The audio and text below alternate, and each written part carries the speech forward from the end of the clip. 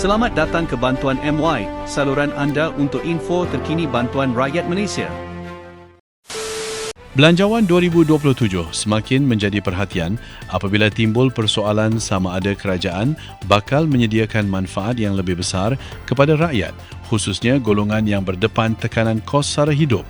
Laporan pada 10 Ogos lalu menyebut penganalisis menjangkakan belanjawan 2027 berpotensi membawa durian runtuh kepada pelbagai lapisan masyarakat susulan prestasi ekonomi serta usaha memperkukuh tadbir urus dan mengurangkan ketirisan. Namun, penting untuk difahami bahawa istilah durian runtuh itu bukan pengumuman rasmi mengenai jumlah bantuan tertentu. Ia merupakan gambaran atau jangkaan terhadap kemungkinan manfaat yang lebih besar kepada rakyat. Apa yang lebih jelas setakat ini ialah kerajaan memang sedang mempertimbangkan penambahan bantuan.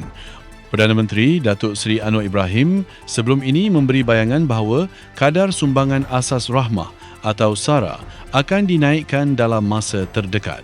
Kerajaan juga sedang memperhalusi kemungkinan meningkatkan STR dan SARA bergantung kepada keadaan ekonomi negara. Perkara ini penting kerana SARA dan STR mempunyai fungsi yang berbeza. SARA membantu penerima mendapatkan barangan keperluan melalui kemudahan yang ditetapkan, manakala STR memberikan bantuan dalam bentuk tunai yang boleh digunakan untuk pelbagai keperluan isi rumah. Malah, pada akhir Julai, kerajaan dilaporkan sedang mempertimbangkan tambahan peruntukan SARA dalam belanjawan 2027. Perdana Menteri menyatakan peruntukan sedia ada masih belum mencukupi untuk membantu rakyat yang berdepan kenaikan kos sara hidup.